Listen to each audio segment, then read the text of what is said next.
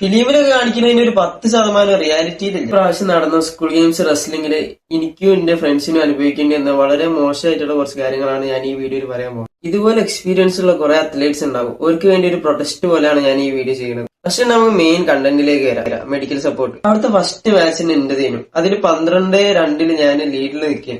അപ്പോഴാണ് ഒപ്പോണന്റ് ഇന്നൊരു ത്രോ ചെയ്യണത്. അതിലാണ് എന്റെ ഈ എൽബോ ഡിസ്ലൊക്കേറ്റ് ആവണത്. ഞാൻ തോറ്റതോ ജയിച്ചതല്ല ഈ വീഡിയോയിലെ മെയിൻ കണ്ടന്റ്.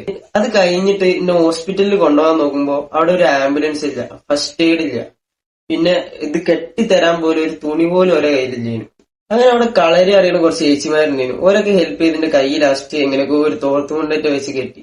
ലാസ്റ്റ് ഒരു വണ്ടി തെറ്റായി എന്നെ ഹോസ്പിറ്റലിൽ കൊണ്ടുപോകാൻ. അവിടെയാണ് ടിസ്റ്റ്.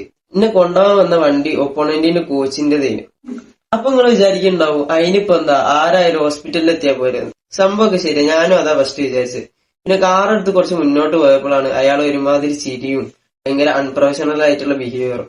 ലൈക്ക് അയാളെ സ്റ്റുഡന്റിനെ പൊക്കിയിട്ട് എനിക്ക് ഗ്രാബ്ലിംഗ് ഇല്ല, എനിക്ക് ഗ്രൗണ്ട് ഇല്ല, റെസ്ലിംഗ് അറിയാണ്ടാണോ ഈ റെസ്ലിംഗിന് ഇറങ്ങുന്നത്, ഇതൊക്കെ നല്ലോണം പഠിച്ചിട്ട് ഇറങ്ങിയാ പോരെ. അങ്ങനെ ഒരാളെ ഹാർഡ് വർക്കിന് ഒരു വിലയില്ലാത്തൊരു ടോക്ക്. ആ പോയിന്റ് ശേഷം 3 കളികൾ അവിടെ നടന്ന് മെഡിക്കൽ സപ്പോർട്ട് ഇല്ലാണ്ട്. ലാസ്റ്റ് എന്റെ ഫ്രണ്ട്സ് കയറി കച്ചറ ഉണ്ടാക്കിയതിന് ജഡ്ജസ്മാരുടെ ഭാഗത്തുനിന്നും റെഫറിന്റെ ഭാഗത്തുനിന്നും ഭയങ്കര മോശമായിട്ടുള്ള ബിഹേവിയറാണ് നമുക്ക് ഉണ്ടായത്. ഒരു അണ്ടർ-80 കളിയായിട്ടും ഒരു മെഡിക്കൽ സപ്പോർട്ടും ഇല്ലാണ്ടാണ് ഒരു കളി തുടങ്ങിയത്.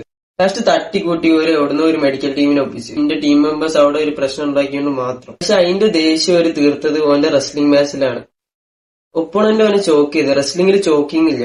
അത് പറഞ്ഞു അവന് റെഫറി മൈൻഡ് ആക്കിയില്ല. അങ്ങനെ 2 ഷോൾഡറും തട്ടാണ്ട് റെഫറി അവനെ നോക്കൌട്ട് വിളിച്ചു. ഇതേ സെയിം അവസ്ഥയാണ് എന്റെ വേറൊരു ഫ്രണ്ടിന് ഉണ്ടായിട്ടുള്ളത്.